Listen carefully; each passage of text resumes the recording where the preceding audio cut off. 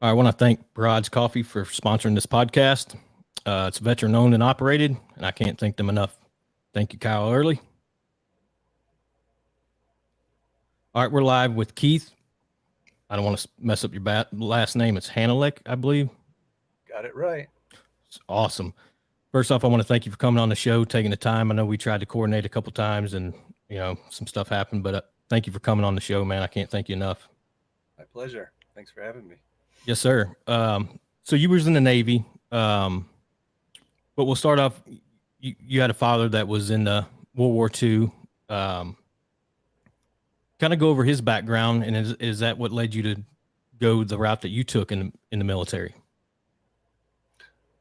I would say, yeah. I didn't know too much about what happened to him in the war when I was a youngster. I didn't find out till later in life what happened, and see him standing there in the kitchen in his 80s crying. You know, about some of the things that he saw. I can imagine he was a radioman and a gunner on like Spitfire planes, I believe. Mm-hmm.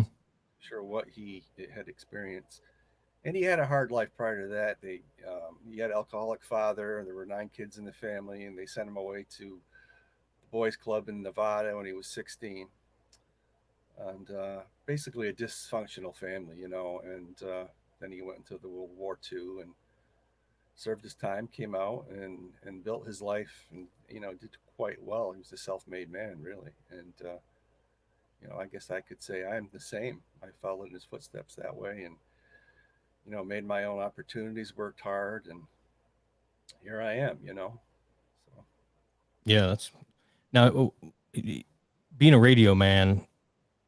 What does that consist of you mean for what I? civilian people that's listening that wouldn't know what a Oh, radio okay, man does? okay. Well, as far as my father's concerned, he was radio man on the airplanes or the jets, whatever it is he was on. For me, there was a place called Radio Central. It was all air conditioning, and we had all the transceivers and receivers and the hotlines and the teletypes and all that. And since then, it's changed a lot, and now it's they combine the rates of radio and electronics technician. So I was back in the '80s, so it's I go a ways back, so it was quite different then. But that's essentially what it was: monitoring communications, providing communications, and it was top secret. So we were right across from Command and Control Center (CIC). Those guys were in the dark, and had the radar on, and I used to call them the mushroom people. Yeah, that's it essentially. So, Now, what year did you attend basic? what year? Yes, sir. God, you got it. All right, I'll tell you. It's going to give um, your age, man. January through March 1980. That's the year I was born. Okay, let's move on. No, you're good, brother. Now, where'd you attend basic at?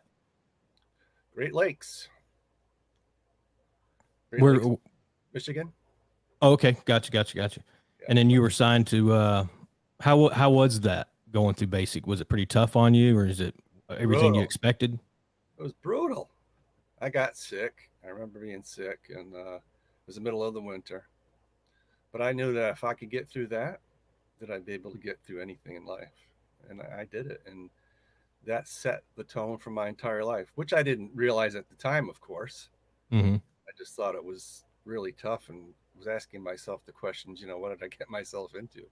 But it turned out well, and I ended up at San Diego, and I was on the USS Cleveland for about a year and a half. That's now decommissioned. Then I got a transfer up to San Francisco Bay, Alameda Air Station, which is gone, to the USS Niagara Falls, which is now decommissioned. So, Wow. yep. Let's go back a step. What was the toughest part of basic for you? Was it being away from home? Was it just the training period, or the running? What what was the toughest part for you? Probably the first morning, like 4 a.m., one of the company commanders came in and he threw a trash can right down the aisles. And he said something, I won't repeat it, but that was the beginning of it. And I was like, whoa, man, this is going to be a trip. But It's reality. yep, yep. So you go on, you graduate from basic training, you get stationed. You said San Francisco, right? San Diego for A school, for radio man A school. Yeah. Okay, and then you board the USS Cleveland. What was that boat like, and what was the cool things on it, and what was your initial job on that boat? Oh, it was LPD, a Gator freighter. All the Marines were on there. You know, all the backdrops and amphibious ships, and they come out. That's what that was. I did some duty for the kitchen, going into the stores and pulling out the frozen foods and you know putting them in, taking them out. It was a really rough job, tough job. I was with two other guys. Did that for a few months. I forgot what they called that. There was a name for it when you start on a ship. They send you out and do that. Then you come back to your regular duty, which was you know being a radioman. Was Really you messed. cooking food? Oh no, it was just getting it out of the reefers. They called them the reefers, the frozen refrigeration units that Hmm. they had. You know, sending them down ladders to put them away and pulling them out for what they wanted to make that day or whatever. Yeah. Wow. Yep. So the USS Cleveland, how big of a boat was that? I mean, I've seen images of it, but you can't really tell from a picture. But how vastly big was that ship? It's quite big. I mean, compared to the Niagara Falls, which is a supply ship, I mean, it's quite large, a lot bigger than a destroyer or a supply ship. Now, would y'all do PT on that boat out? What do you mean? Like your morning physical training, would you train on the boat or like Oh, run around the boat, or how does that oh, work? never had PT. Really? Oh, Man, I should my have joined the Navy. yeah, man. Yeah, my PT was that duty they gave me, lugging around all those boxes and whatnot in the reefers, you know. So Wow. Yeah, we had PT every morning at 5:30. Well, 5:30 formation, 6 o'clock. We're off running miles and miles, but no, that's that's cool. because you're a ground pounder, That's right. That's right. right? Yeah, I didn't know how the Navy worked. I didn't know if y'all got up and done PT on the boats because my one buddy, he was on a what is it, where they land the jets? I don't know the Flight names deck, of these boats. What's that? flight deck. Yeah, Yeah, and they would do PT on that boat. yeah. So I didn't know if y'all had done that or not. Well, the Niagara Falls had a flight deck. They had it was a helicopter deck actually. So And did you do the same job on that boat as you did on the USS Cleveland? yeah, I was a radioman. Yeah, Okay. And you said that was a smaller boat, correct? right. Wow. Now, when you did y'all get a lot of offshore duty? What is it? Offshore time or whatever? Mm, Leave, I would say. half and half. You know, went to the shipyards a few times. I did that. So you're in dry dock and you're living on a barge next to the ship. Now, Um, what different countries would you go to and dock at? Can you remember some of them? oh yeah, we did a Westback. I crossed the equator, so I'm a shellback. I don't know if you've ever heard that. It's a pretty crazy ceremony to have you go through and become a shellback. No, I've never heard of it. It's gross, man. Explain to the listeners what it is. Well, they make you do all kinds of crazy things. Like, remember when I got started, there was this warrant officer there. He had a big belly, and he had like grease all over his belly and a cherry in his belly button. You had to take it out. Oh man, I didn't do it, man. I kept going. you sure? I did not know, but things like that. It's pretty crazy. Then we went to, I think we went to Hawaii like about 5 times, the Philippines 2 or 3 times, Singapore, Hong Kong, Australia, Yokosuka, Japan. We were everywhere. What was your favorite place to dock? Why and why? Why was it your favorite place? Actually, the one I forgot to mention was Hong Kong. I thought that was really cool. I like that. And then you could take a little ferry across the the port there to Kowloon. Hmm. I remember going to a place called the Red Lips Cafe. How was that? That was interesting. Then there Was was it some, like a bar or yeah, man. There was a lot of bars there, and one of them had jazz playing. That was really cool. And I remember I enjoyed a lot of the artwork and the things made of jade, checking out all of that stuff. And it was just a really cool place to be. Was it some strip bars or just drinking bars? Just drinking and having a good time. Yeah. Yeah. I didn't know. I hear different stories from different guys. When they dock, they take their leave and they go do what soldiers do. You know what I mean? I didn't know if that was a lot of what y'all used to do back then versus now. I mean, There's plenty of that in San Diego and Hawaii. no, I'm sure. I'm sure. So this is going to bring me to my next question. How, from your time to time now in the military, what changes do you think are good? What do you think are bad, and where it's come from? You know what I mean? From your time to now that you see, and what's some input that you got on that? Resources. My God, it's amazing. Uh, Yeah. I mean, even when I got out, the internet was just a baby. It was just getting started um, in the government. I mean, uh, I didn't know what I was going to do when I got out. I ended up in the shipyards as a journeyman electrician for a few years. Oh, really? Yeah, so I was back into the that environment again, and they let me, take a sawzall and cut things up and pull them apart. I love destroying things, instead of putting them back together. I like taking them apart, so I enjoyed that. Did that for a few years, and found myself working as a technician, going from bank to bank, removing printers and things like that. So that was the technical side of things that I learned when I was in the Navy. So, but once again, that was a long time ago. Um, there was things called bank terminal systems that I worked with, which is entirely different now. Um, there was no When I got out, there was no internet, there was no cell phones, there was no LinkedIn, nothing of what we have today. It was, type up your resume and good luck. Yeah, So definitely not any podcasting going on either. no, not at all. So Yeah, it's definitely come a long way. I mean, even from my time in the military, we when I was in Korea was the first time I heard of DSL internet. You know what I mean? That was like, whoa, what is that? It's supposed to be the fastest internet, and from dial up. I mean, you remember the dial up? How terrible that was. oh yeah, yep. So now you work with a government agency, right? Yes, General Dynamics Mission Systems. And what do they do? Well, they're a subsidiary of General Dynamics, which there are many of actually. And specifically, we work with mission critical systems aboard the ships and submarines. You know, um, Things such as missile launchers and different types of ordnance, electronics, all of that.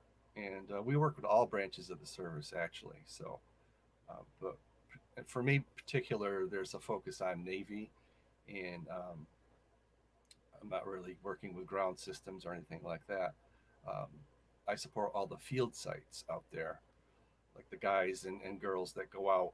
If they get out of the Navy, they might be electronic technicians or electricians mates or gunners mates, um, and they're good fits for these roles that we have, uh, particularly with the LCS program, Littoral Combat Ships, Hmm. where they have modules, mission modules that are these huge modules that can pull in and out for depending on what mission they're on. If they're on a mine sweep, they put that module in. If they're on a combat mission, they put that in. It's quite complicated and very advanced technically. So you need a certain type of individual that knows how to work with electronics, electricity, has knowledge of computer systems. I mean, there's a lot to it. I mean, nothing like I did when I was in the Navy. These are very highly skilled, you know, technicians that fill these niche roles that we have. That we need that experience coming in. It's not, come on in, we'll train you. We need you to start day one. Go out on that ship and do what you need to do to take care of a system, to refresh it, or and do an installation or troubleshoot. And we also have depots where a certain group of people working under that program would um, work on equipment specifically that goes out to the ships. So that's a lot of what I do as far as support of the military, in particular with the Navy. Although I'm into different areas like finance and things of that nature, but that's some of it. Did you have to go to any kind of schools and learn how to do what you do, or just No, no, it was amazing how I retained everything that I knew from the Navy all those years ago. I speak the lingo, and that's your first step in being able to communicate with people and recognizing the rates, all the rates that everybody has and what they do. There's a lot of information out there if you want it, but I remembered, and it didn't take me long to catch on and realize, what kind of people I needed to get for that program that would be good fits. So it's worked out really well. I have to thank General Dynamics Mission Systems and certain key individuals that came into my life in this organization that helped me to find my way and to realize that the veteran community is the place where I need to be and to help that community transition and find the right roles that would fit into our organization. Then, if not, they go to my LinkedIn Put Veterans to Work group, and where there's tons of recruiters that are posting roles. I mean, if you can't find a job on that group now, something's wrong. I mean, they're posting every day. So I thought it was important to open that up to everybody because not everybody's a fit for the company I work for. yeah? Then, of course, there was the extension of that this February when I launched the Put Veterans to Work site and thinking that because there's so much information out there, it can be very confusing and overwhelming. So my thought was, I want to have one site where these people can go and gather some information instead of just spending the entire day wondering what site to choose from and what's legitimate and what's not, and provide information that way. So that's what I've been working on that site since February. Yeah. So all you do is go to your LinkedIn profile, and it's under that. Well, the LinkedIn group specifically for um, people who are in the military, for their dependents, um, both men and women, people that are transitioning. We have programs like Skill Bridge out there and internships, um, and just a very large community that has been building and building, um, where people can exchange information, get some advice, post their resumes, which is helpful. So people know that are members of the site what they're looking for, so they can actually send them some information about a job they may have that might be a fit or a link, things like that. And it's there's over 11,000 members now, so Oh wow! And is there jobs posted every day, every month, once a week, every day. every day? Oh yeah, yeah, and several too. So Now, is it from city to city, state to state, or is it just in one area? it's the whole country. Okay, I didn't know. So they go to the website, and that's put veterans to work. Well, there's two different things we're talking about here. If Okay, you want to go look at the postings, you go to the LinkedIn group. If you want to read some articles I wrote about transitioning and understanding the recruiting process, or um, learn about veterans organizations that are helpful, or go to a list of links I have for free resume help, that's what my site is for. It's always going to be there. When you're going to any kind of social networking site, things are always moving, moving, moving. You go and you see one post and it's five down. There's 10 more on top of it, that kind of thing. So it's yeah, constantly in transition. So you really end up missing a lot, right? So my thought with the site was is to provide information that's always there that people can go back to and take a look at. So yeah. I guess my question is, so a veteran that doesn't have a job right now that wants to find this on LinkedIn, what would they need to go to find it? You know what I'm saying? Because I would never known if you didn't tell me just now. You know what I'm saying? right. Well, uh, Google search is always something that helps, but if you went to my profile, you would see Hmm. it right there. You'd see featured postings right from Put Veterans to Work and LinkedIn group. Those are two different ways to find me. I'm Okay. not hard. I'm not hard to find. That's for sure. Yeah. I know you've done. We talked right before we went live that you actually do some podcasts too, and you want to tell some people who you've had on your show. It's pretty Yeah, cool. I have been doing music reviews since 1998, and I always looked at the internet as a doorway to opportunity. And I've always had a love for music, and I actually went to DJ school prior to joining the Navy, and that's what I was going to do, but it didn't work out. And here I am now, and I decided to start writing, and that just took off. And I've had several sites out there, and one of the sites I put up a few years ago is the Final on Vinyl, and I decided to attach a podcast to that. And I've interviewed people like Joe Satriani, one of your faves, Yes, sir. um, Rick Wakeman of Yes, John Anderson of Yes, and just a whole list of people over the last several years. I've had the honor and pleasure of being able to talk to, and it's just been very enjoyable. I feel blessed, to be able to do that and to be able to do something like this and um, feel good about what I do every day. You know, my heart's in the right place. Um, I want to really help vets in every way I can. So besides helping them find work, get them some information so we can alleviate the confusion and feeling of overwhelming, information out there in this digital age. And as far as the music goes, that's just a passion and a love I have, and make a little money at on the side there working, doing some of my promotion and reviews. But it's something I've been doing a long time, probably do till the day I die. And same with the vets. I always will want to be able to help and reach out. And I know someday I won't be able to do the work, and I'm hoping I have the right partnerships where I'll be able to hand off that work, especially the vets work, and say, like, take over the site and keep doing what I was doing. So, Yeah, no, that's awesome. I think there needs to be more out there doing it. Um, agreed. what's that? I agree. Oh, I couldn't. Some reason I don't know why I can't hear you that great. Um, like we talked before, there's a lot of veterans, dealing with certain circumstances, PTSD. I bring it up every show. Veterans that have suicidal thoughts, they're just in a bad place. What's some words of encouragement that you would give to them, or just something to pull them out of their funk? What they can go do, places they can go see, just something to get them out of this funk. Oh man, there is so much out there. And that's part of what we were just talking about with my website. Anytime I find a link of an organization that's legitimate that helps veterans in any way, and specifically to what you've just addressed there, I will put it up. And I will also let the people know in the group, on our LinkedIn group, that hey, I just updated the vets organization page.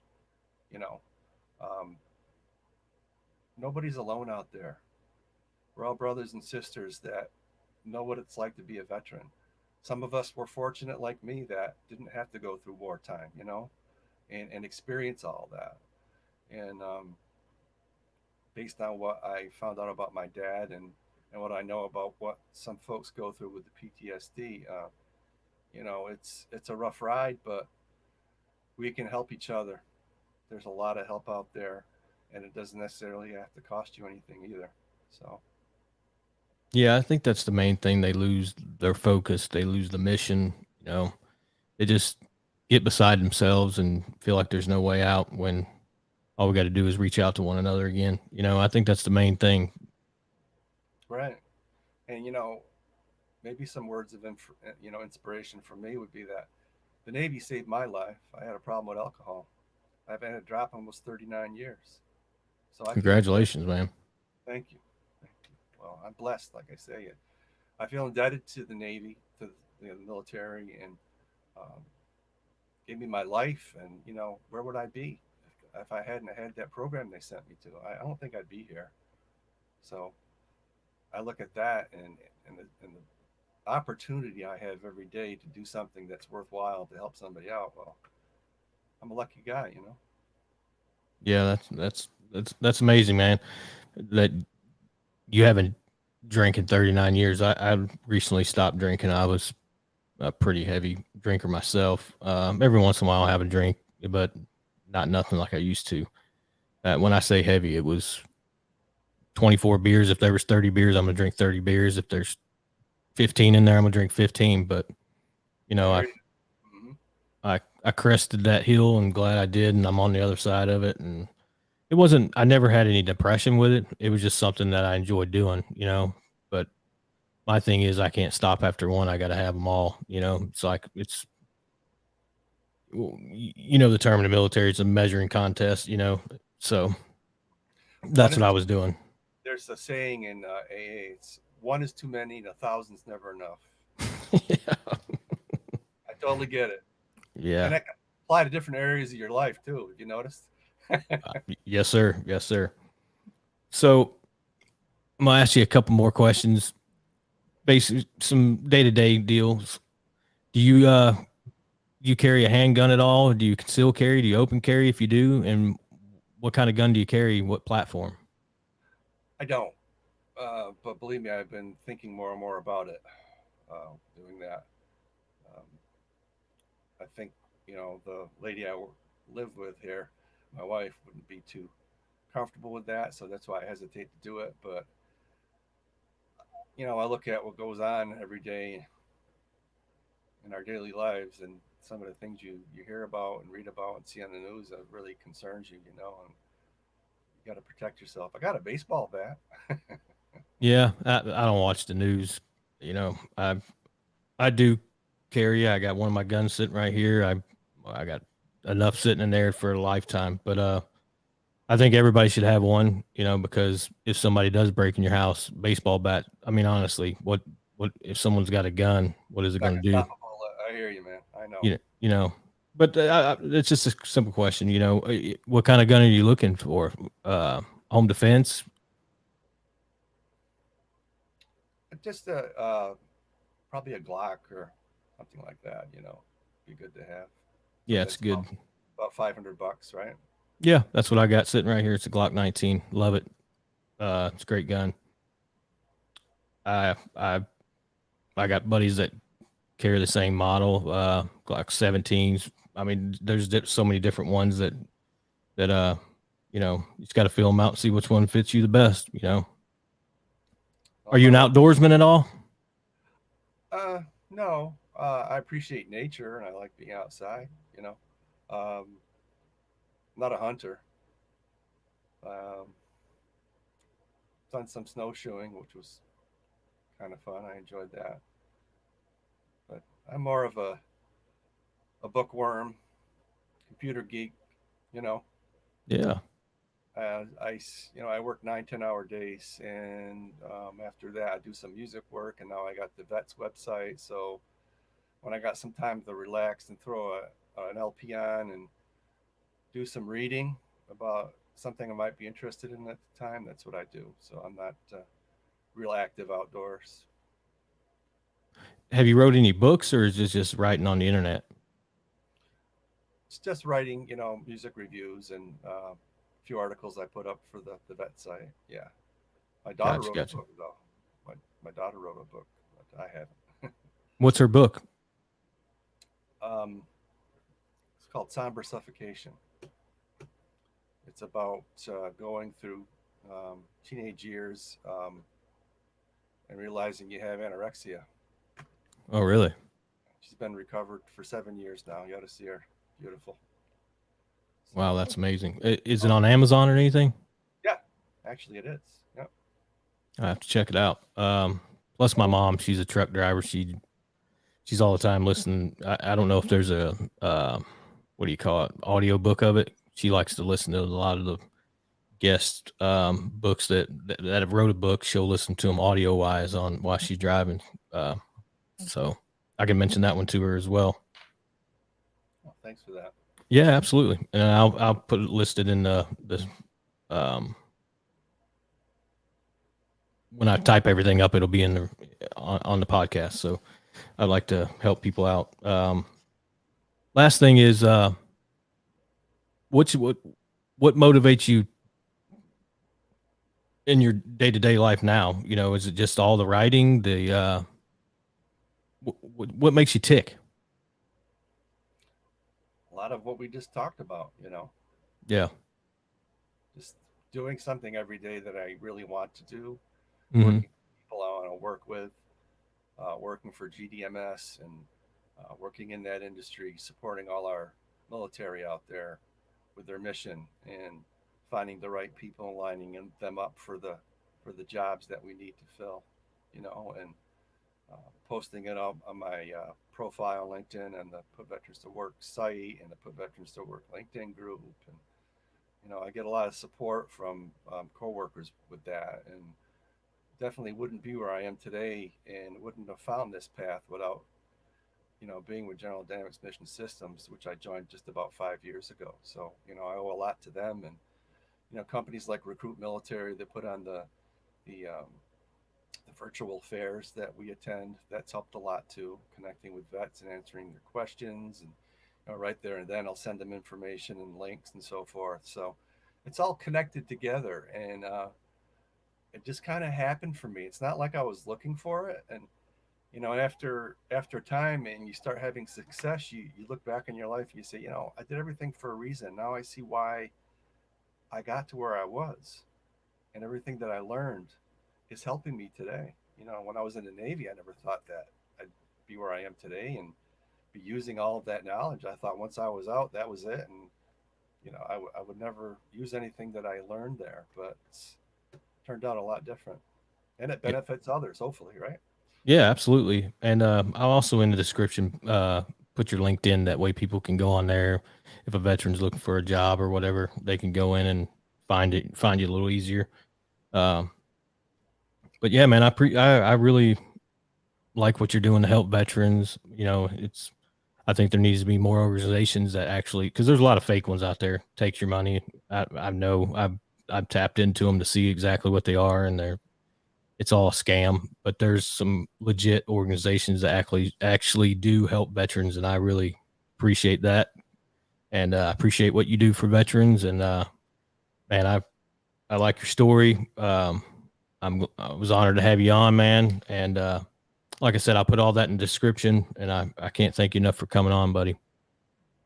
And my pleasure. Anytime. I'd love to do it again. And you just gave me an idea. Maybe I should have a page with scammers, military Yeah, scam. call them out. Yeah, man. That sounds like a good idea. Yeah, send me the list. I'll call them out too because I can't stand that. You know, I I try to help veterans. I don't want to see them get scammed. But anyways, Yeah, that's so low. You gonna yeah, post this up on the group or yeah, yeah, absolutely, I will. cool?